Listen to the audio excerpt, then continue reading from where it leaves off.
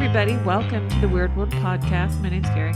Okay, Carrie, stop being so aggressive. That was kind of forceful for your introduction. Is this forceful? Yeah, it is. Wasteful.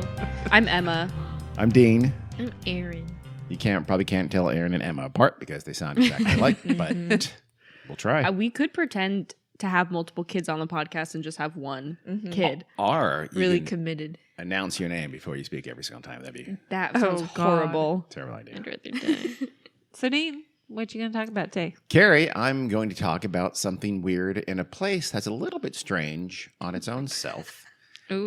That is Okay. That's the best sentence It's you've a good ever sentence. said. It's a quality sentence. Compound weirdness. Yes, I it like is. A place Well, a little that bit. is a little bit strange on its own self. On its own self That's is a the well-known best part. phrase. Well, where this story takes place, that's what people say. It's on the Isle of Man, where they say things like on its own self. Ah, Isle of And Man? The Isle of Man. You ever heard of it? yes. No, I'm guessing Niche. it's in the like. Is it by like Scotland? Yes. As a matter of fact, it's not too far. I'm That's- GeoGuessr. I'm so smart. I'm Context guessing it's clues. Philippines? It's 221 square miles. That's 572 square kilometers. And it's more or less a part of the United Kingdom, but not Really? entirely so. You don't sound very sure about anything know. you're saying. Are they That's- sure about it? You can tell by my uptalk that I'm not Correct. completely sure what's yeah. going on. I Yeah, always hear about people from there having issues with like shipping stuff or stuff not being available to get shipped to the Isle. oh, really? One, yeah. Oh. Mhm. Oh, you're shipping things to the Isle of Man or hearing about people No. shipping to the Isle of Man? Because that Well, seems yeah, a little because scary. people are like, "Oh, I love this," but they don't ship to where I live. And we're like, "Where the fuck do you live, white bitch?" And it's So like Isle of Man. Is that what you say? You say, Yeah. okay. that's how the internet is. Is that how it works? It is a self-governing British Crown dependency situated in the Irish Sea between Wales and Ireland. That's so complicated. It is. It's sort of independent, but not. Yeah. Basically, the UK kind of handles like their defenses, their finances, but otherwise they kind of leave their them own alone thing. and they're semi-independent Okay, in not a weird bad. way. They're white, so we let them do what they want. Yes, that's how it works. Yeah. There are, because that's how it worked in Ireland and Well, Scotland hey, and they Wales. said you talk a little too funny. That's where we draw the line. Actually, they speak kind of a Celtic language. An ancient Celtic language. Still, a few people on a few of the Manx speak that language to this day. They got cute cats there. They have bred a tailless cat there too. Another strangeness about this place. It's been inhabited for over 9,000 years. It was cut off by the rising seas following the recession of the last ice age. Here's my favorite part: the Manx flag. You ever seen the Manx flag? Go look it up No. right now, people listening. What does it look like? It's How do you spell it? the Manx, M-A-N-X. Oh, The Isle of Man is just M-A-N.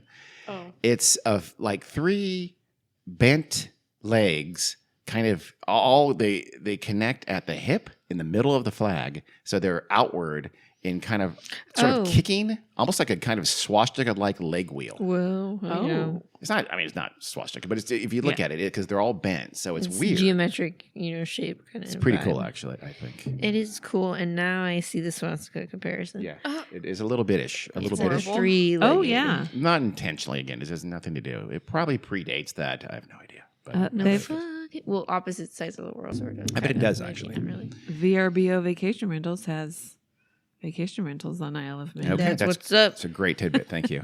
But you can't get anything shipped there, so you're screwed. That's horrible. We'll show a picture of the flag on Cool, our though. social media. The Irving family had lived on the Isle of Man for 15 years when we begin our story in 1931. Okay. The family consisted of the parents named James and Margaret. They were 58 and 54 respectively, and they had a 12 or maybe 13-year-old daughter named Vory. I'm going to say Vory. No idea if that's how you pronounce it. Vory. Voirrey. Don't know. I don't know if it's I'll bet you that's not Manx how you Celtic, say so it's it, but- probably Stephanie. No, I Because was gonna say Yeah. probably Brenna. there's no way of knowing. So I'm going to say Vory. Don't know. Probably not right. Sorry, Vory, who is dead, but sorry. Spoiler? This is 1931. Oh, She's okay. alive. So the Nobody Irvings, from 1931 is alive now. I'm pretty sure now. They lived in an old wooden farmhouse actually, I'm sorry, it's an old stone farmhouse. It's different than a wooden farmhouse because it's harder. And the farmhouse had a name, Dorlish Cashin, which is a little weird because I saw pictures of it. It's just kind of a small 2-story squat little stone home in this kind of barren, grassy landscape. I don't know. Do you really need to name that little house? So what? I don't know. You're saying you could gatekeep house names. I can't. You're right. That was greedy of me. It was only a few miles from the village of Dalby, but it had no drivable road to it, so it's kind of hard to get to. Wait, Dolby surround sound? Dalby, D-A-A-L-B-Y. Okay. Yeah. Nothing needed surround sound as far as I know. Is it where it originates from? Hang on. Yes. Carrie's making a stop. Fora. Voda. Is that an F or V or TH or say again? Vora. Vora. Yeah. Vora. Vora. It's a Okay, sound that we can't. Can I just say remember. Vora? Can I just do that and not say Vora? Sure. Vora. Okay, Vora. Vora is our heroine of this story. That's what's up. Our story starts with just a little tap, tap, tap on the walls inside this cozy little farmhouse. So is something inside the walls, the family thinks? They hear some scurrying sounds. Do a scurry sound, Carrie. No. Ooh, Carrie's been saying no today more, and I don't like it. I'm not a fan. It's my new thing. Yeah, I don't. It's What's not up? good. You're supposed to say yes and. horror. Then they heard scratching sounds. Something was definitely running free inside the walls of the old farmhouse, possibly between the wooden paneling and the stone. So stone house, but they had I'll find out. You'll find out later. Double wooden paneling with some gaps in it too. So there could be something essentially inside the walls, even though the outer part of the wall is stone. Yeah. Okay. They thought, okay, it's rats, it's mice, something like that, right? So they laid out some traps, but nothing sprang those traps. Still, more noises, more scurrying. And then James thought, you know what I'll do? I'll frighten away the creatures in the walls, but I'll growl at them. Oh. I'll get right up close to the wall Okay. and grrr, growl at them. And that'll get rid of them, right? I mean, it's pretty foolproof. Whatever is behind those walls growled right back at James. Oh, that would be scary. That would be kind of scary. I would actually. shit my pants. Yeah. You growled at the wall, and the thing that's been Ooh, just that kind of isn't scurrying even around and reverse tapping all of card. a sudden growled back at you. I would Not cool. Poop myself. Yeah. I just did now. Actually, just relating the story. So this visitation didn't seem very fun. The creature started banging on the walls. It started hissing and screeching, and then it started laughing in a, quote, satanic way. Ooh. Put the family completely on edge. There's no way God was involved in that. No, absolutely not. Would God scratch and hiss? Never. I don't think so. In fact, initially the family thought that their guests might be trying to scare them out of the farmhouse, kind of Scooby-Doo style. Scooby-Doo. Yeah. It's like, okay, trying to get us out. We're not leaving. I don't know why they thought that. Again, Yeah. didn't look all that super attractive to me. Didn't actually have a road to the farmhouse either. So, but they thought someone's trying to scare us out. We're not leaving. Still, it started hissing. The hisses and barks became growls and screeches. And then these noises graduated to something they called, quote, vocal noises. Oh. A little bit talky-like, right? Yeah. Still, they never saw any source of these apparent sounds, right? And then eerily, by the end of 1931, the thing had evolved into these, mewling noises that sounded something like a crying baby to the God. family.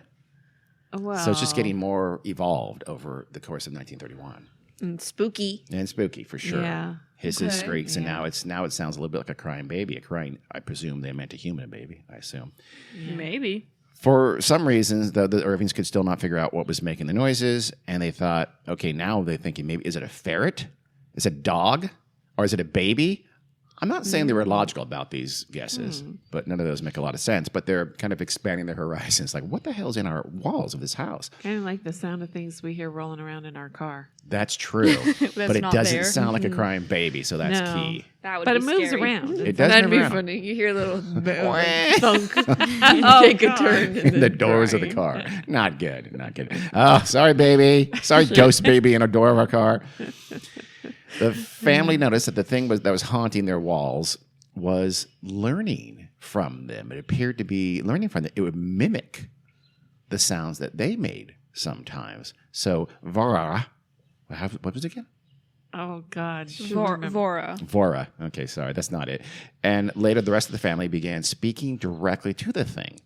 and quickly it seemed to try to sort of mimic those words. The family thought that, okay, maybe the mimicry was the creature learning human language. Oh my lord! Some kind of bird or something like that. Maybe. They never guessed bird that I saw. They thought, okay, maybe those first sort of gurgled baby noises were the creature's first attempts at language, and now, like a baby, it was sort of learning to speak. Are they thinking well, if they were thinking demon or whatever. Yeah. Right, Well, they said Baby demon. satanic laughter. Baby Yeah. demon would be cool. Baby Yeah. demon. Vura decided, you know what? I'm going to read nursery rhymes to it, this baby thing, monster, ghost creature in our walls, and see what happens. Hey, that's not a bad idea. I know, it's Interesting not. approach. Vura was actually pretty smart in this course. She then read him some nursery rhymes, and miraculously, the thing repeated the words back to her. That is to say, the thing in their walls spoke to them. Wow. And it did sound a strange, high-pitched voice, but they said his words were completely understandable by this point. Every family member said, yeah, no, we heard that thing speaking from the walls of our house. Huh. Still, they had no idea what they were speaking to. But thankfully, that was all cleared up when the wall thing told the family all about itself. He said, my name's Jeff. G-E-F. Jeff. G-E-F. And I'm a mongoose. We could spell too. He can spell. Are you being for real right now? He must be able to spell it because they always spell his name G-E-F, Jeff. Wow. Okay. He said, I'm Jeff. I'm a mongoose. In fact, I'm an 80-year-old mongoose. I am Jeff, the talking mongoose. And we are now telling the story of Jeff, the talking mongoose. I need to look up what a mongoose Well, looks like. this story just took a turn. It did. So They Quote, were kind of close whimsical. with ferret. they weren't that far off at all with ferret. That was the Yeah. closest one. Oh, what the fuck? Okay. You looking at a picture of mongoose? Yes. We'll put some pictures of mongoose up on our Also, social media as Mon- well. not far with demon. That's also a very close guess. Yeah. Yes, Mongoose, they're the ones that eat snakes, right? they do indeed. Yeah. Yes. Where do they Famously. originate? India, Asia. Okay, so, So, not Isle of Isle of Man. Man. Makes perfect sense. They'd be Yeah. there. Sure, absolutely. Quote, for years, this is Jeff talking, by the way. okay. For years, I could understand all that was said. I tried to talk but couldn't until you taught me. Oh, Okay. nice. Said that to Vara. So still the family thought, okay, this is some kind of manifestation. Is it some kind of spirit or ghost? I don't think there's really a mongoose inside of our walls. The name that the local media, when they first found out about this, applied to Jeff by reporter was the Dalby Spook. So, and Dalby again was the nearest town. So the thinking here early on at least was some kind of a ghost, some kind of a Yeah. spirit. Maybe he just says I'm a mongoose, but I don't know. It's a wacky ghost. He's a wacky, crazy ghost. He was also a bit of a dick.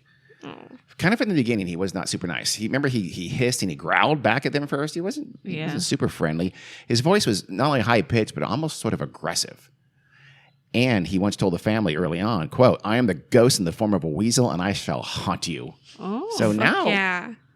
apparently he's a ghost, but in the form of Yeah. a weasel, although he's always called Jeff the Talking Mongoose. Okay. The confusion is not going to end there. yeah. Jeff was obnoxious. He could even be mean. Once when James, the father, was opening the morning paper and he started glancing at the articles, Jeff yelled, read it out, you fat-headed gnome. Oh my god. He wanted I to- love that. I'm on Jeff's side. Fat-headed gnome. Another time Jeff said, I have been to nicer homes than this. Carpets, pianos, satin covers on polished tables. I'm going back there. Ha ha ha. Fuck yeah. That was so Jeff.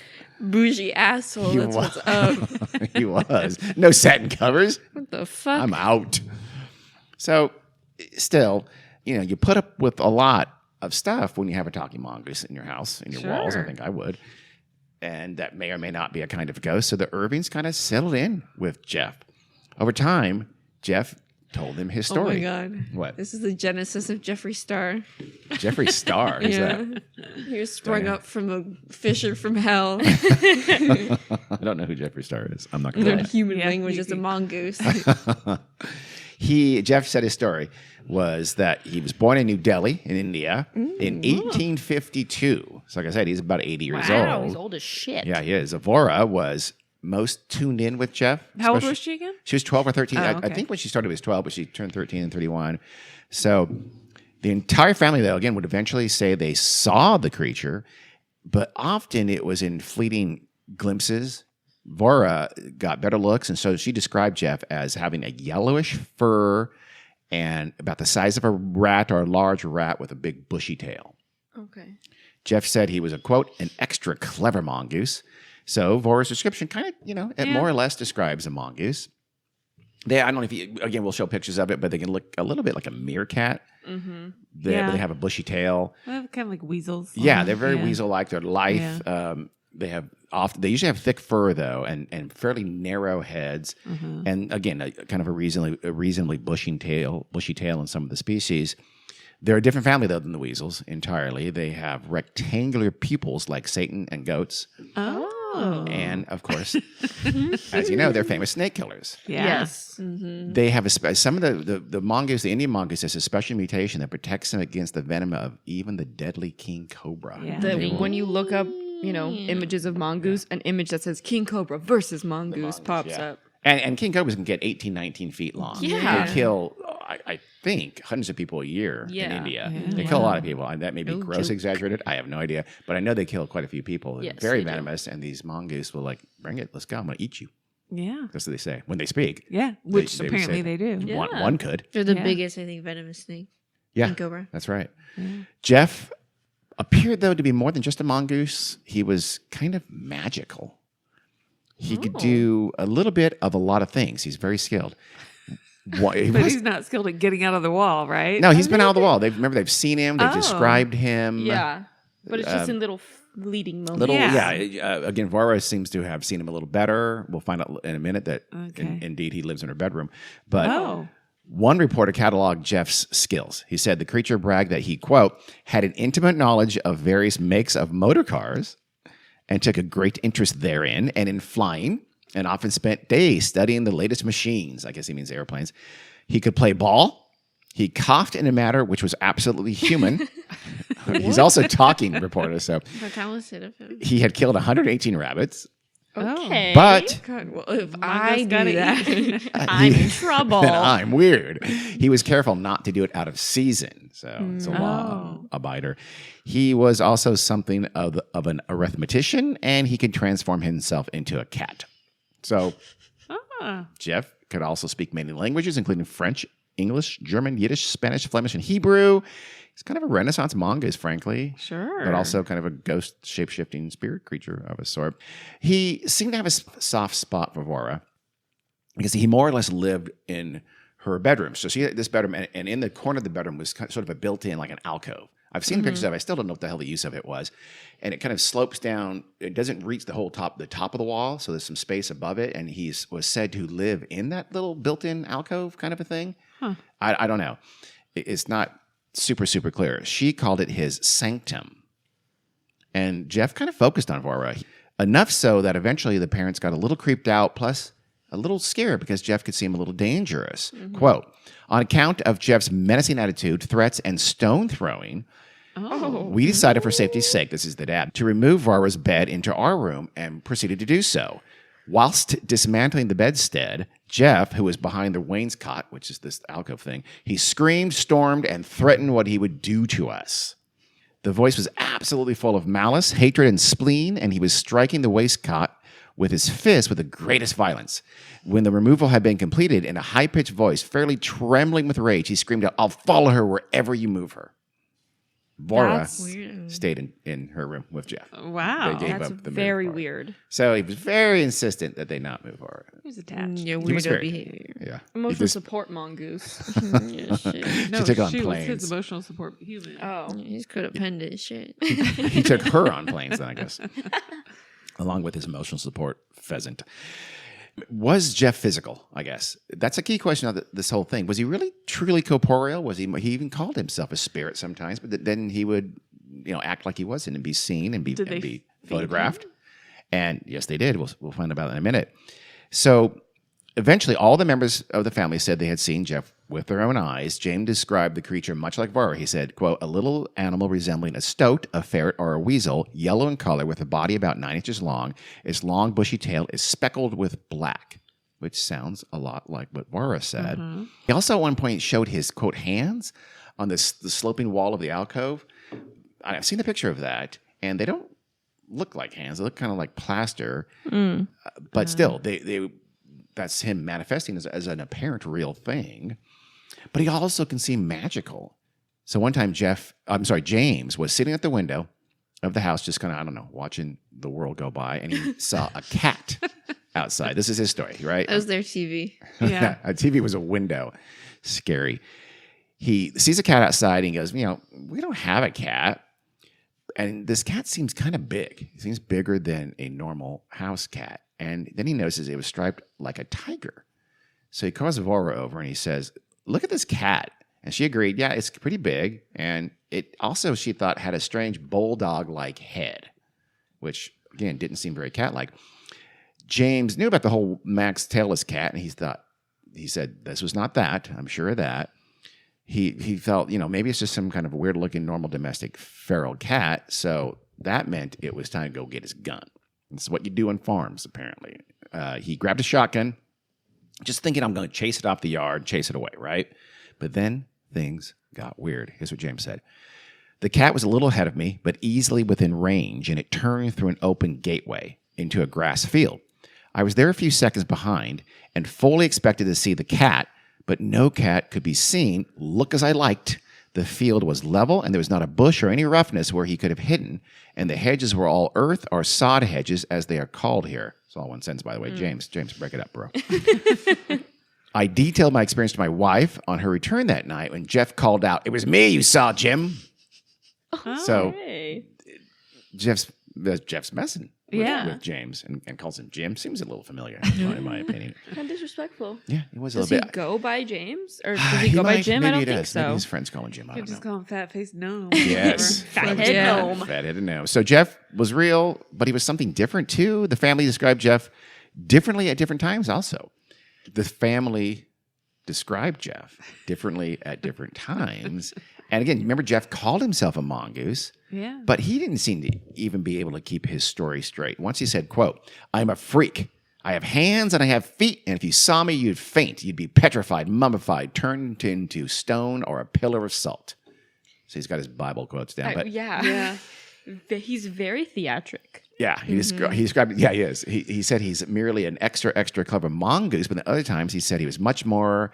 He also implied that he had like telekinetic or some kind of immense power. He said, quote, "I'll split the atom. I am the fifth dimension. I am the eighth wonder of the world." Fuck yeah. Yeah, very dramatic. I am the moment. That's what He's a dramatic ghost I mongoose. am the moment. He Messy claimed, ass bitch who lives for drama. he claimed to have magical abilities or some kind of clairvoyance, but they apparently required some kind of invisible technology because he once told Margaret, the wife, he asked about her husband's long absence. James had been gone. I'm sorry, hold on. Margaret asked Jeff, Jim's been gone a long time. So she's talking to the ghost mongoose in her house. That's not a good sign. Jeff responded, quote, "I don't know. I've not got my magic phones on." Don't know what that means. But so that implies I could know if I had my magic phones. Right. I don't know. Huh. Yeah, that's weird.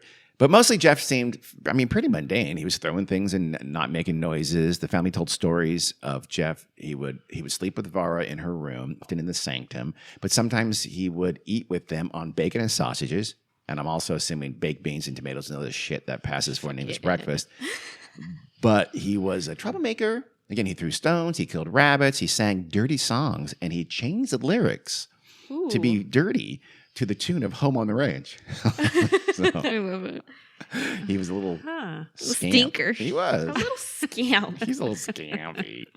He had a kind of transactional ethos, too. He told James, quote, "If you are kind to me, I will bring you good luck. If you are not kind, I will kill all your poultry. I love him. I'm a fan. Yeah. I can get them wherever you put them."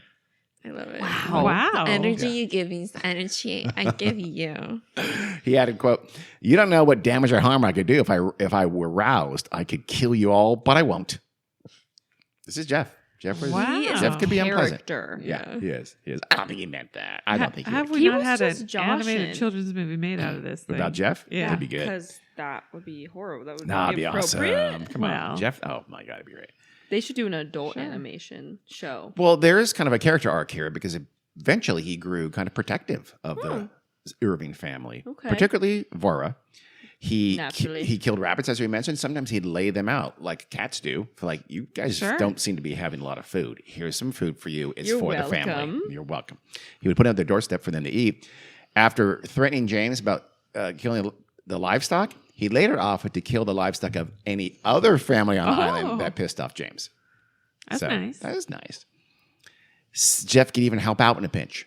Once he bragged about chasing all the mice out of the house. Like, you're welcome again. And then once he also warned them that a neighbor was on the way over. I don't know what that means, like pretend you're not here. But it's like, hey, that guy you don't like is on the way over. He once turned off the stove when they forgot to turn off the stove. Oh. And he would often wake them up when they overslept. Ooh. Their schedule. Hey. The family did leave food out for him, like you mentioned. And sometimes they'd hang it on a plate from the ceiling for him. I'm not sure why. I think it was to, see just how magical he was, or maybe see if they could see him come out and get it. Yeah. But, so it's not super nice what they're doing, but they would feed him and apparently have sausage and bacon with him. And eventually Jeff finally he branched out. So it wasn't just the Irvings that saw Jeff. Jeff supposedly communicated with others on the island, and he would bring back gossip to the Irving house to dish. And they said, how did you get around? Did he scurry around? He said, no, thank you. I took the bus. Okay. But critically, this means that other people on the island claim to have seen Jeff other than the Irvings. A 10-year-old boy said he saw, quote, a little yellow animal with fluffy fur and a black tip at the end of his tail. He was close to the edge of the field and running very fast, unquote. A 16-year-old girl named Doris Cashian, she spotted Jeff crossing a road. And again, she said that he had a little kind of yellow furry thing with a bushy tail. The postman for the island said he heard Jeff speak, quote, the first words were hard to understand, but once I got used to it, I could follow every word. I would say that the voice is a full octave higher than the human voice. There is no doubt in my mind that I heard Jeff. He did not use very nice language. Put the bloody gramophone on is a fair example of his choice bits, said the postman. So he was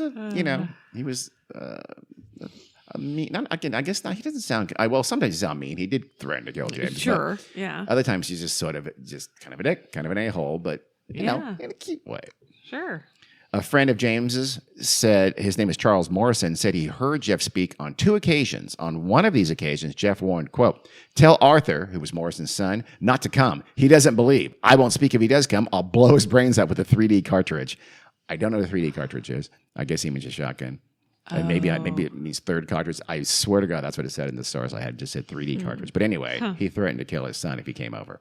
Boy. Not cool. If he came over That's because mean. that son was not a believer. We'll circle back on that eventually.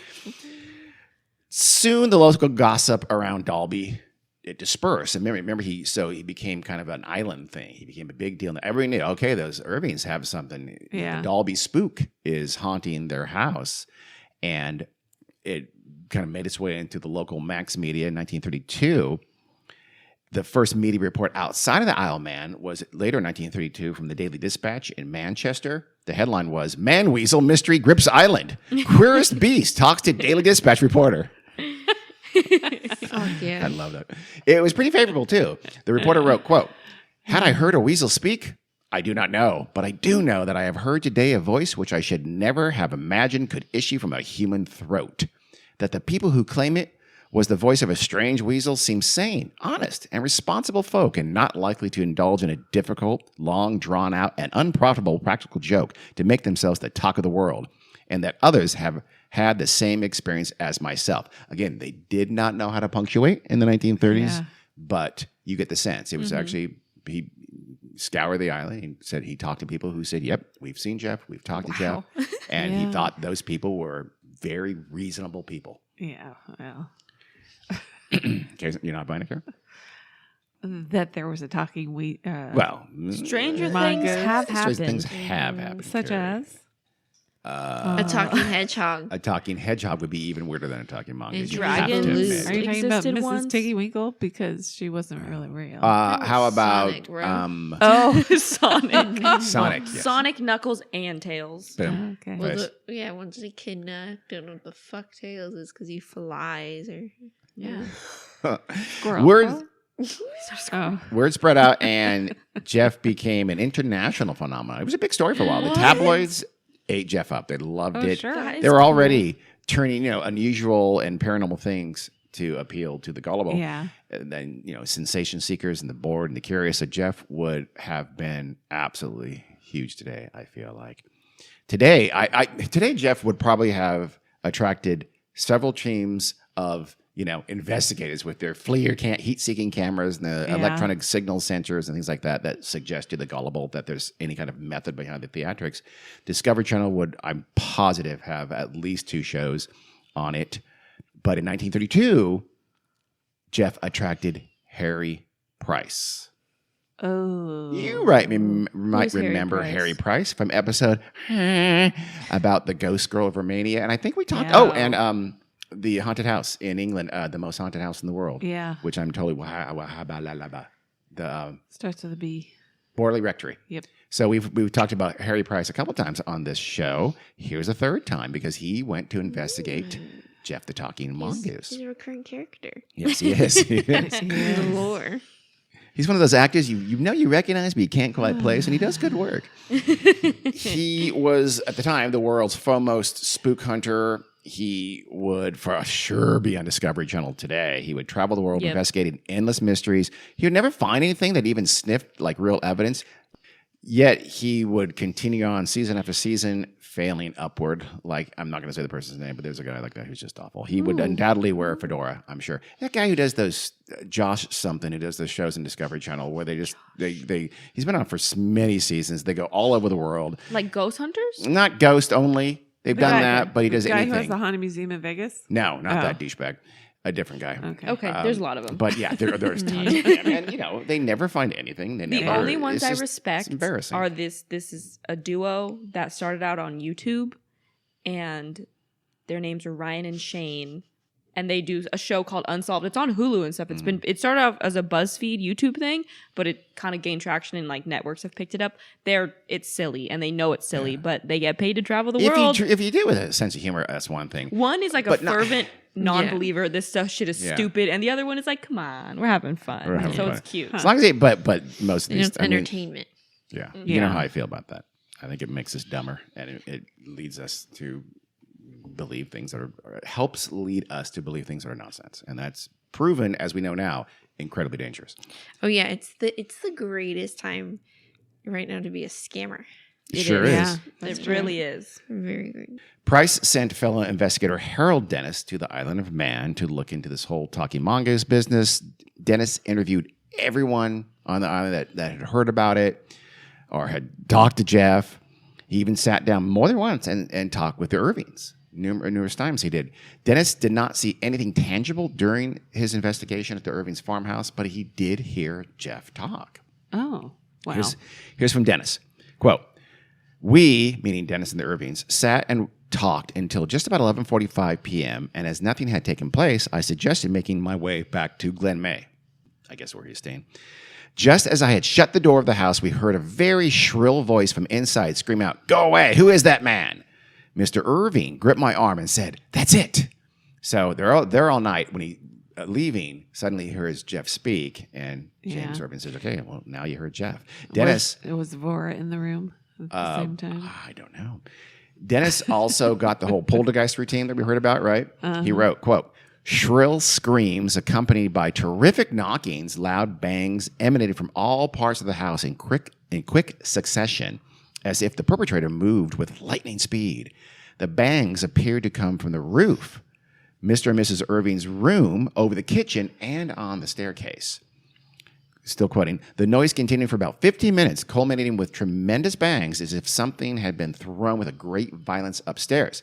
So we went again to Vora's room and found that a heavy chair, which Mrs. Irving had put on the staircase covering, had been flung from its place and fallen partly on the bed and partly on a chest of drawers. I think he means in Vora's room." Still quoting, "Vora, who was awake, said, 'Oh, it's only some more of Jeff's tricks,' but did not appear at all perturbed." End quote from Dennis. He came away believing in Jeff. He reported instances. He felt that it just would have been impossible for Vora or another family member to have done the things that he said he heard and saw, or made those screeching sounds, the sounds he heard. He thought those were just like sort of inhuman, I guess, or tossed the object in the room. And he thought that was impossible. I'm not saying he's the least gullible person. Yeah. His certainty, again, was based mostly, it appears, I read his discussion on running up to Vora's room and seeing her in there and going, she could have done that. I am stumped. He'd say often the door would be, quote, securely fastened. Oh. You mean, okay, case closed. You mean closed? So Jeff's shenanigans continued for years. Fast forward to 1935, and a guy named Rex Lambert, he's the editor of a BBC magazine called Listener. He became interested in the story, and he got Harry Price to, again, go look. And he said, you go back down there, go yourself this time, and look into this thing. I'm going to go with you. Price, again, got Harold Dennis to go, and then Price and Lambert said they'd join him, Dennis, on the island. So, and James, the father, James Irving, he had first been reluctant to let Price even set foot on his farm's land and in his farmhouse. He said he wasn't going to do it. He said Price was, quote, wore his doubting cap, unquote, and he felt that Price's presence would, quote, put the kibosh on the spirits. So it's one of those classic psychic things like, hey, if the non-believer comes here, it won't manifest. Yeah. Kind of thing. That's what James said. So James didn't want Price to be there. He finally relented, though, and Price, Dennis, and Lambert arrived in July of 1935. Awkwardly, it seemed Jeff had recently gone on a walkabout, I guess, because he, shortly before they arrived there, about a week or so before, he disappeared. He stopped talking. He stopped manifesting. Maybe the family suggested he was still in the house, but he's just listening. Yeah. He wants to hear these people and see what he thinks of them, trying to figure out who these new people are. That's what they told the investigators there. So Price goes, you know what? Let me reason with this talking mongoose. Quote, I pointed out that we had come a long, long way on his account and that we were entitled to some manifestation. A few words, a little laugh, a scream, a squeak, or just a simple scratch behind the paneling. I even invited him to throw something at me, but all to no purpose. Jeff was definitely not in a talking mood, end quote. So Jeff wouldn't oblige. No matter. They continued investigating, and Dennis, at this time around, he got a sample of Jeff's supposed fur, and he had it sent to the Zoological Society of London. More about that in a minute. He also got a plaster cast of what James Irving said was Jeff's teeth and claw prints. So he made a little plaster cast, and again, he sent those off. He sent those off to the Natural Museum in London. More also about that in a bit. Price had an artist come over. His name is George Scott, and he drew a sketch from the family's descriptions. We'll put that on our social media. But when Jeff was shown the sketch, he was, which I don't know how, I guess, later on, I guess, he was pleased. He says, I'm sorry, he was not pleased. He said, that ain't me. Looks more like a llama. Oh. End quote. Which it does not at all. It's a very bushy-tailed, short-legged, squirrel-like thing with big-ass eyebrows. Does not look like a llama. Huh. And it does look a little bit like what they had described Jeff for. So he was just being kind of a dick again. Price and Richard Lambert would eventually publish the story in a book called The Haunting of Cashin's Gap. That was, I think, the name of the area of the farm or something like that. A Modern Miracle. I'm sorry. The Haunting of Cashin's Gap, A Modern Miracle Investigated. It had a kind of like a, we're not sure, jury's still out kind of theme to it, but it did treat the subject very seriously. Richard Lambert, you have probably never heard of. You heard of Richard Lambert? The name actually does sound quite familiar. Really? It's a common name. It's well, okay, then no, I haven't. Yeah. You haven't heard of him. Okay. No one's heard of him. I've never heard of him. No one has. I don't think his family has heard of him. Okay. Maybe they have. He would later predict, quote, television won't matter in your lifetime or mine. So he wasn't a prognosticator. At the time, though, he was, a pretty big deal. He took himself seriously. He was taken seriously. When a retired colonel, though, found out about his investigations into Jeff, he called Lambert. He said Lambert was, quote, off his head for taking Jeff seriously. So Lambert sued him. Oh. It was known as the Mongoose case. He won, and he got damages worth £7,600, which is a fair amount of money in 1936 or something like that. Yeah. It's not a bad chunk of change. Another investigator, by the way, contemporaneous with these guys, his name was with Price, was named Nando Fedor.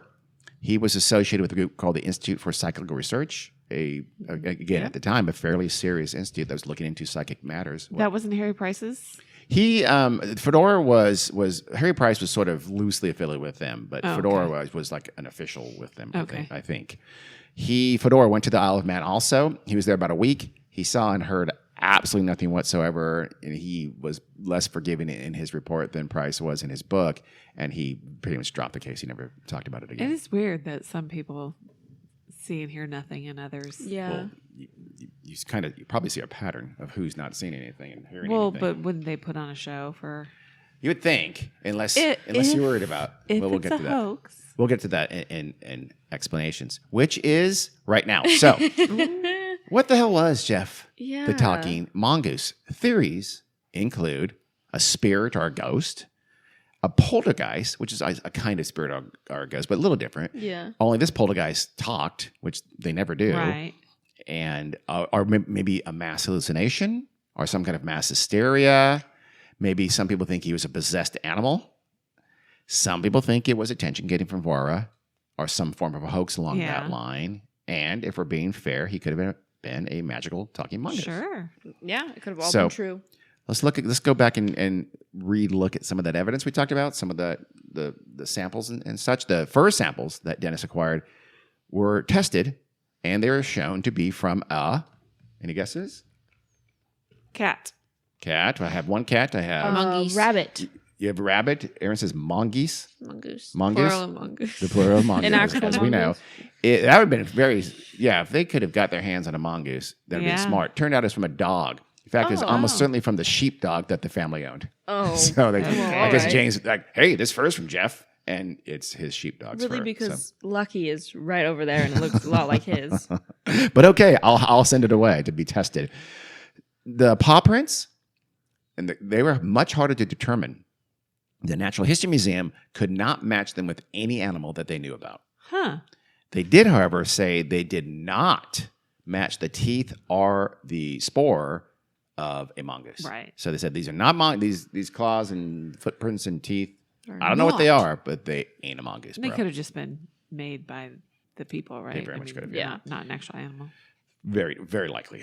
Jeff's supposed footprints also were very smooth, oddly smooth, too smooth. Yeah. Mm.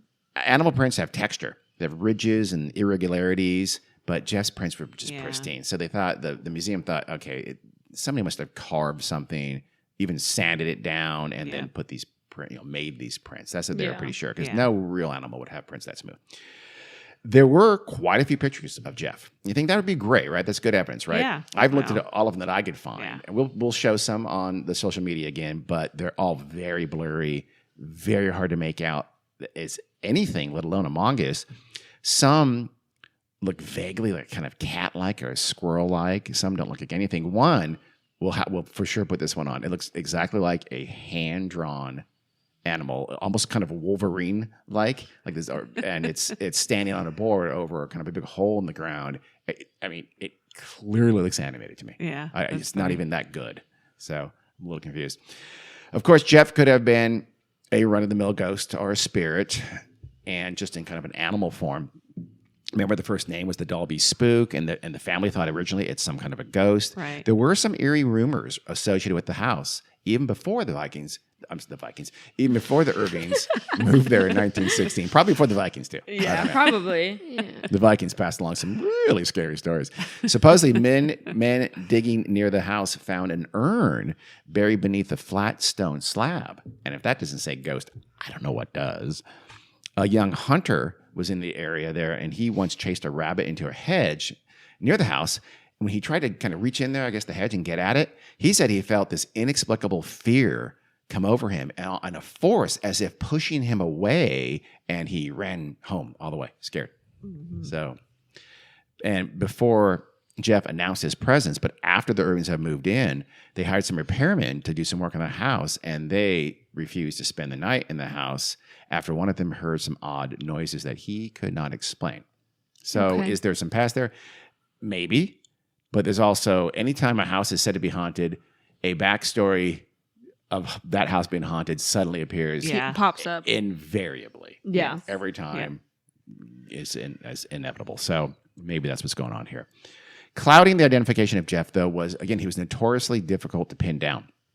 At times, he said he was quote, a ghost in the form of a weasel, or that he was an earthbound spirit. But other times, he acted like he was a corporeal thing. He said, quote, I'm not a spirit. I'm just a little extra clever mongoose. So he's, he says I'm a ghost and I'm not a ghost. So there's the poltergeist thing. So if he's a spirit, he's certainly doing poltergeist-like activities. That's another potential theory. He's, doing the banging and stuff like that. And if he was a poltergeist, there's some meat to that because he does have some very traditional poltergeist-like things. Mm-hmm. It's the banging and throwing stuff, right? But it also is the focus on a person, on a single person, usually an adolescent, very often a female. That's exactly the case going on here. Yeah. He was very much focused on the adolescent Vora who lived in this farmhouse, the only kid there, the only child of things. She's lonely and isolated. You have to assume this is the perfect soup for poltergeist to appear. She was usually the center of Jeff's attention. She was the one member who, quote, taught Jeff to speak. Yeah. He lived in her room. She had by far the most interaction with him. He has a high-pitched voice. He has a high-pitched voice. Remember that temper tantrum that he threw when the family threatened to move him out of Vora's room? That's in the poltergeist case, that could be a little suspicious. Yeah. Notice also how Jeff was active pretty much for Vora's entire teenage years. So she was 12 or 13 in 1931, and by the end of the 1930s, when Vora's now approaching age 20, she's ending her teenage years, that's when Jeff kind of fades away. He was there for that long. He was there for a long time, yeah. Yikes. Did anyone ever evaluate Vora? One investigator looked into it and said flat out, I think it was a poltergeist. He said, quote, I am not like, he thought he was a poltergeist, and he said so in the presence of Jeff, apparently, to the family. And so he asked Jeff, are you a poltergeist? And Jeff said, quote, I am not like one of those. He said he was more like a, quote, an Indian familiar. So I'm not what does that mean? $1,000,000,000% sure what that is. Did anybody, not a family member, ever experience Jeff when Vora wasn't, literally not even in the house? I don't. Not that it was said so explicitly. Yeah. Like, hey, and the, and here's strong proof because Vora was at school when we saw him. Not that I never read that. Okay. So I think she was pretty much always in the house or near the house. I suspect she was always. So also, that a familiar is like, at least in I've heard, is like a witch's animal. Yeah. Right. Yeah. Yeah. So maybe he is. They're going for. But like an Indian version. That's I guess so. I don't know the word for Indian witch, or if they have an equivalent. I don't know if they do or not, but that makes sense. Lots of cultures of the evil, Or the person who said that, or the creature who said that, thought there was such a thing as an Indian familiar, whether there is, and if you know what I'm saying, which is what you're leading to, and which is what I'm going to talk about now, which is Jeff was something much, much, much more mundane. Right. Villagers would sometimes see Vora walking to school, talking to Jeff, but the creature would never be able to see it. Yeah. It always, it just scurried outside. It just ran behind that bush over there, that rock over there. But they could audibly hear Jeff talking back to Vora, but again, always hidden behind a bush or a rock. So the obvious possibility is that Vora was throwing a voice. No, remember how Jeff's sounds went from scratches, then to hisses and growls, to pseudo speech, to outright speech. It's this evolution of the sounds it's making. And when the voice finally did come, it was high-pitched and gruff. I think you alluded to that earlier. Yes. That's a lot like someone would do if they're trying to disguise the character of their voice. I think, right? Just kind of that. And a 12-year-old girl can't make her voice sound like a 30-year-old man. Yeah, so you sound gruff. Yeah. I don't know what a talking mongoose should sound like, but... No one does. For his part, Harry Price, he did not buy the Irving story. In his investigations, he noted that the stone walls inside were, again, covered with that double-walled wood paneling that I said. He also noted that there was an unusual amount of airspace between the wood and the stone. He said, quote, this makes the whole house one great speaking tube with walls like sounding boards. By speaking into one of the many apertures in the panels, it should be possible to convey the voice to various parts of the house. So that's the kind of thing that could fool Dennis, who thought, oh, no, they were here and then they came from there right away, He also thought, okay, but I don't think it's any kind of a, money grubbing kind of a thing. And in fact, it's true that James turned down monetary offers more than once, and the family apparently never profited off Jeff at all. But Price thought, no, I don't think it's that money thing. I think it goes deeper than that. He would later write a letter to a friend, quote, "The affair is susceptible of a psychological explanation. It says the whole family must be mixed up in it, but there still remains the question of motive. The motive for the imposter lies much deeper than mere publicity, and that is what makes the case so interesting." Yeah. So he was kind of ahead of his time a little bit in thinking that there's some deep, deep psychology here. Yeah. I don't know how advanced poltergeist theory was by the 1930s, because now it's become a commonplace that, it centers on this troubled teen, whatever. In 2001, so much, much, much later, a longtime friend of Vora's who had grown up with her on the island and was pretty close to her, she admitted that Vora was a skilled mimic and that she was a ventriloquist, kind of a self-taught ventriloquist. She enjoyed, she said, throwing her voice, and she often demonstrated it to her and other friends. Okay, yeah. This kind of jibed with a contemporaneous report from the Manchester Daily Dispatch. So most of the reports was pretty, accepting of it. But one, a reporter, he noted early on, a local reporter caught Vora making noises that were supposedly from Jeff. So, there's Jeff noises, and he saw Vora clearly making those noises. He looked to James, the father, and James quickly kind of said, no. The noises were coming from somewhere else. That wasn't, I heard them over here. I didn't hear them from Vora's direction where she is at all. But the reporter, he saw what he saw. Yeah. So she was caught at least one time. If you believe this reporter, this event seems to imply, by the way, that James and his wife were in on the hoax. I mean, you think? Again, they said they saw the animal many, many times, too. So either they really are seeing something and hearing something, or they have to be very, very trusting of their daughter, or they're in on the game, or they just didn't want to embarrass her. They said they saw him. Yes. So... Yeah. That's what mass hallucination or mass hysteria, right? She suggests, here's what it looks like, here's what it sounds like. Well, not sounds like, she's using her mimicry voice or ventriloquism to do that, but here's what it looks like. And then they do have glimpses of this thing that looks like what she said it looked like. That could be true. I mean, who knows what was going on with Who knows? Vora. And again, they could be like, Vora is a little, maybe we don't want to upset her by saying, Vora, you're full of shit. I don't know. Sure, maybe they felt guilty. Or maybe they flat out believed it. I mean, were they That's farmers? very possible. Maybe she was a little bit neglected and they didn't spend a whole lot of time with her. So farmers neglect their children is what you're saying, Carrie. Yes. Okay. That's 100%. a maybe in terrible thing. 1931, Terrible thing to say, Carrie. Terrible thing to say. Isle of Man, they did. Maybe so. Isle of Man farmers are neglectful parents, is what Carrie and Emma are saying. I find that detestable. They didn't provide her with a sibling. Wow. Maybe they tried and couldn't, Carrie. Like I so graciously did for my children. That's one way to You're look at it. welcome. You're just digging a bigger hole, Carrie. You're a monster.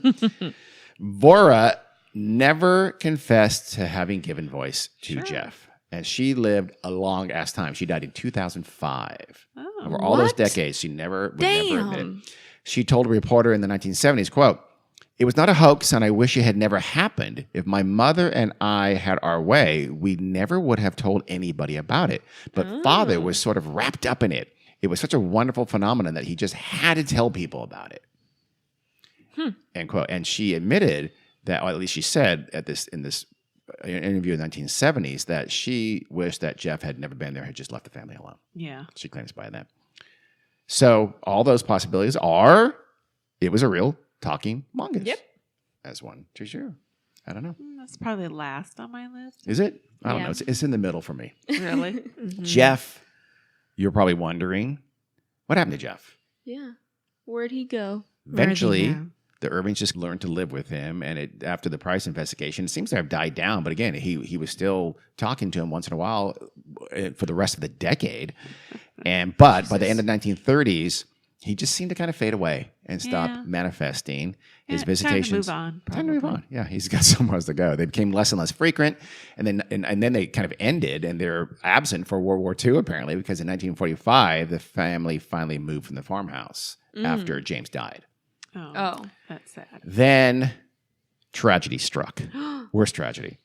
Because a guy named Leslie Graham moved into that farmhouse. Why is that so awful, you ask? Because the next year, in 1946, Graham claimed he shot Jeff dead. No. He showed off pictures to other people on the island of like a black and white animal looking very dead and said, boom, there it is. Shot him. Jeff's dead. Moving on now. Yellow furred Jeff became black. Vora saw the pictures and she virulently denied that the dead creature was Jeff. So it's not my good. Jeff. But Graham said it was. He was done with the beast and it was never heard from again. So maybe he did shoot him. That's Or maybe he had people hilarious. knocking on his door every other day and he said, I got to put an end to this nonsense. That's exactly what happened. Stop coming to my house. Jeff is dead. Yeah. Trust me. He's dead. Shot him. Here's a picture. I think that's a skunk. It's Jeff. Trust me. He's dead. He's dead. Very, very dead. That is the story of Jeff, the talking mongoose. You've been talking about Jeff, the talking mongoose, for I don't know how long. I thought it was going to be a little more whimsical than that. That's pretty whimsical. Yeah. He threatened to kill him a few times, but I thought it was pretty whimsical. Carrie, it's a talking mongoose that lots of people took completely seriously for a very long time. Yeah. That's That's weird. the crazy part. Yeah. Hey, That so many people believed it. they have the internet. So they gotta Yeah. do shit. Yeah. We all like fucking suspend our disbelief and think there's like dragons for an hour. There when we are watch some Game of dragons. Thrones. Yeah. Emma still believes in Megalodon. So It's out there. Exactly. There was a house on our street that in the backyard, the parents clearly put a little house and they literally told all the neighborhood children that little fairies live in this house in our backyard. Nobody ever told us it was just for fun and pretend. and you kids can come over anytime without your parents. Don't worry. No. No, everybody went along with it. All the parents in the neighborhood. Really? It was just. Did you believe it? a You believe known there's fact. fairies? Yeah. How old were you? 17. But It was when I would come home from college, but I don't know what happened to them. They didn't live there forever. so how Fairies old were you, got They Carrie? don't live there now. How old were you? 3, 4, 5, Okay. 6, 7, 7, 8, 9, 10, 11, 12. I'm 21, I mean, 14, I don't. 44. I'll say this: I don't remember those girls going to school with us. Oh, really? So maybe they moved before we went to school. I don't know. I don't know I'll either. have Carrie. to I know ask. little about your I'll have childhood. to ask my You friends kept and it relatives secret because it involved fairies, apparently. Yeah. So what do you think, Jeff, the talking mongoose? Emma. It was probably mass hysteria. Just You think a little girl who liked ventriloquism, Yeah. apparently. do you think the parents really saw it and believed it? Maybe the dad did. Yeah. The mom probably didn't. Because if she really was like, I just wish, why are we talking about this? Yeah. Why? Come on, guys. I think it was like, we're going to humor our daughter, and the dad and maybe the mom and the town got way too enveloped in it. Yeah, And it well, somehow spiraled The into father this huge took thing. it, apparently took it. He pushed it Yeah. and he told Yeah, the story. but he knew enough not to commit actual fraud and start Yeah. charging people who are going to be pissed off when they don't actually. Maybe they- That You and know, also all remember wanted attention. he also did not like to have people there who were actively disbelievers. Right. Yeah. That's very Yes. suspicious to me. I think I the think, dad. yeah. I don't think the dad believed it for long. What do you think, either. Darren? It was more for the daughter. Yeah. I think so. That's Yeah. It's if I real. had, yeah. If But I had don't to come over here and look at it. To validate her Trust me. Yeah. for And whatever they- reason. and they kept it going for almost a decade. Well, and that's Yeah. the thing. They probably thought, oh, she'll Grow out Yeah. of she'll it. move on to something else. She'll get tired of it, and boy, were they wrong on that? Yeah. Yeah, they were. Mm-hmm. But why not? But why? I don't know. Yeah, I guess so. You can interpret them not wanting people to disprove it as protecting their daughter. Yeah, this if was they thought their before- daughter really believed it. Don't but, make Take her that bitch feel to therapy. crazy. Don't make her Yeah. feel. Yeah. but that implies that they thought their daughter believed it when she had to be the one Doing it. throwing her voice. Yeah. Maybe And she clearly was did. messing Maybe with them. she. They thought Yeah. that bitch was crazy. Yeah, Yeah, like she's Uh, like talking to herself and she thinks it's something else. Oh my but God, does just she go think- along. You know they what? needed a sibling for her to sit down with her one day and tell her Jeff the talking mongoose was dead. Oh, God. Like Yeah. Amy told Emma her imaginary boyfriend was dead. Yeah. Oh, first he didn't love you anymore. and did Yeah. the dirty work for you.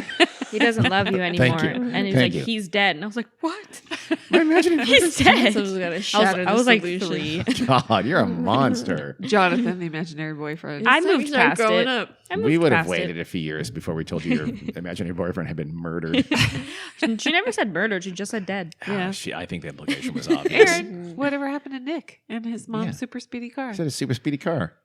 Who's Nick? Who's Nick Nick? was your childhood imaginary Your friend. Oh my Imaginary God. friend. No. Nick. Yes, Nick. Oh my, No. she's blocked it Who's out. was it? Nick? I think it's the Herbie. drugs. Oh, Herbie. Herbie. Oh, Fucking dumbass. Who's Herbie Nick? had a friend named Nick. Yes. No. No? Yes. Who's Nick? Who's Nick? There was a Nick in there. I remember Herbie. Nick Really? was Emma's boyfriend. No, that was Jonathan. That was Jonathan. There was nobody Yeah. named Nick. You guys made up remember Nick. Nick. We think so. Herbie no, has. I think Herbie had a friend named. I think Nick. Herbie. We think, No, you're making that one. we know more about your childhood than you do. Yeah. Do you remember Don't his gaslight mom? me on this one, Karen. Do you remember? His I know mom, my own experience. Who had a blue Super Speedy car? Yeah, we were gonna go to a party in Mexico. Yes. That's not really Jesus, we're weird. Almost kids. as if I was the one who said these things. You also wanted to go out west Yeah. from California. Yeah. Kids make up Ocean. weird shit, and you parents can go along with it. And I think this is a case of we Yeah. took it way too far. I think that's Yeah, probably sure. true, but I think that Vora. I think Vora was doing it 100% consciously, just for something fun to do. She's Yeah. just bored, Being and she starts silly. making these sounds and making these taps, and she figured out she probably just struck Yeah. on. Oh, look, I can make a sound here, and it sounds like it's over there because the weirdness of how the wood paneling was Yeah. in their house, and she was a natural Yeah. mimic and ventriloquist, and Yep. she just perfected that, and it kept going, and then all of a sudden she's invested in it, Yeah. and now she looks like an idiot. She comes out, you know, Yeah. guys, I've been fucking with you this entire time. So Yeah. I don't, and I think her parents probably did tell her at least that express belief in it to again kind of assuage her. Yeah. So it's like they both could have said, "I know it's bullshit." You know what? I know it's bullshit too. But Yeah. they didn't. It ever do just that. went too. It just Yeah. went too. Yeah. Snowballed into something nobody could like control Yeah. past Or- a certain point. It was a talking mongoose. Once Yeah. the parents said, "Oh, I believe it too," there's no way she could go back. Yes. Yeah. She Right. made them look like assholes too. Wait, guys, stop. And they're like, "Well, You know, so you believe that? Because I thought it was pretty weak. I thought it was She's- obvious. I was clearly me. I mean, Is that why you under guys the bus?" still haven't said that Penelope's not real? Because you don't want Penelope's a ghost in our attic, by the way. you just don't want like to disillusion. I your- don't your know if she parents is or not. Who keep talking about her? I didn't make it up. She's real. It was told to me. We've been By agreeing Aaron and with- Jack. We've been agreeing with you that there's a ghost in your attic for quite a long time, which is either good parenting or terrible I bet parenting. you there. I have too many crystals. All I know is I'm not going to go in the attic ever. So There you go. Oh, so I'm going Yeah, to say there's good something parenting. I've been in there multiple times. that's weird. Why are you Cobwebs going Well, in there? Dreams. Maybe she's maybe when the maybe- roof was leaking, I had to go in there. Maybe she's dead. Maybe Penelope killed her. And that's I not will your mom say, right if there. we ever Air had, conditioning. maybe I shouldn't say this on a podcast, but if we ever had a home invader, that's right where I would go. Yeah, You should because not now say a home that. invader listening to our podcast my is going to God, know where you're Emma. at. What? So not smart. And They have FYI, no that's like no not idea your- where the access is. If I It's couldn't- in an odd place. Still. if I that's couldn't good, get- Carrie. Now why don't you give a blueprint? Okay, nice If I job, couldn't both of run you. outside, I'd go there. Well, that's the story of Jeff the Talking Mongoose. Hope you enjoyed that. Until next time, if we're still Right, here, you because know maybe what? we were home invaded and they've given If we away. had a talking mongoose, I'd choose violence. I'd fight him. You fight the talking mongoose? If he I said would, some I whack would shit like love that, talking yeah. mongoose. If Oh he my said he was going god! to kill us. Yeah, I knew he didn't mean it. I would That know. would force their I hand would if they know. were lying about it. Like if Emma was like, "That's a talking mongoose," I'd be like, "I'm gonna fight that mongoose," and then she couldn't. She'd have to be like, "It was me. I'm sorry." No, 'Cause I- she probably Yeah, would, but I I'd wouldn't. Start fighting the wall. I would go with No, it. please don't. Okay, well, until next time, please, I don't know, do shit. Ooh, Thanks. call to action. Give us a good rating Yeah. or not, but review us Ooh. on What? Or and not. maybe I'll read your review. Follow okay. or Oh, that's right. don't. Because I Forgot said to I do was that. going to do that. You forgot. I need to go Sorry check about some that. reviews. All right, If see you you guys. like, leave a good review. If you hate us, leave a bad review. You know how it is. Yeah, not how you We'll say it, still talk Carrie. about you. Eh, I Maybe. don't know. All right. Make it juicy, and I'll talk about Ooh. you. Okay, there you go. Make it interesting, you know? Sure. Give us something No, I nice. hear you. to say. All right, see you guys. Bye.